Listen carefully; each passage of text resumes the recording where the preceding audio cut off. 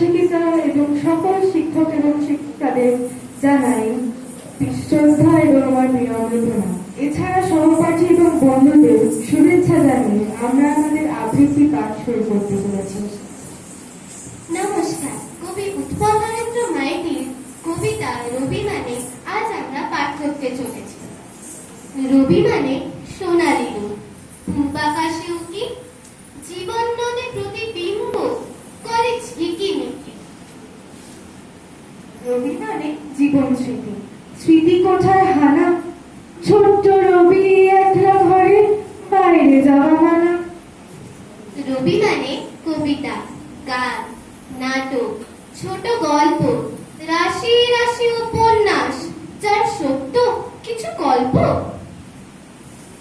রবি মানে দইওয়ালা, অমল যাকে তাকে, পয়সা বিনা বেচে না বই, সবাই রেখে থাকে।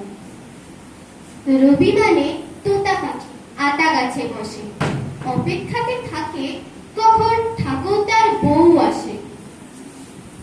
রবি মানে পড়াশুনো, বসে গাছের তলায়, পাউল বাজায় একতারাটা শীতে পৌষ মেলায়। রবি মানে একলা চলা, না দিলে কেউ সারা, ফাগুন আমি কৃষ্ণ চূড়া, মন যে পাগল পাড়া।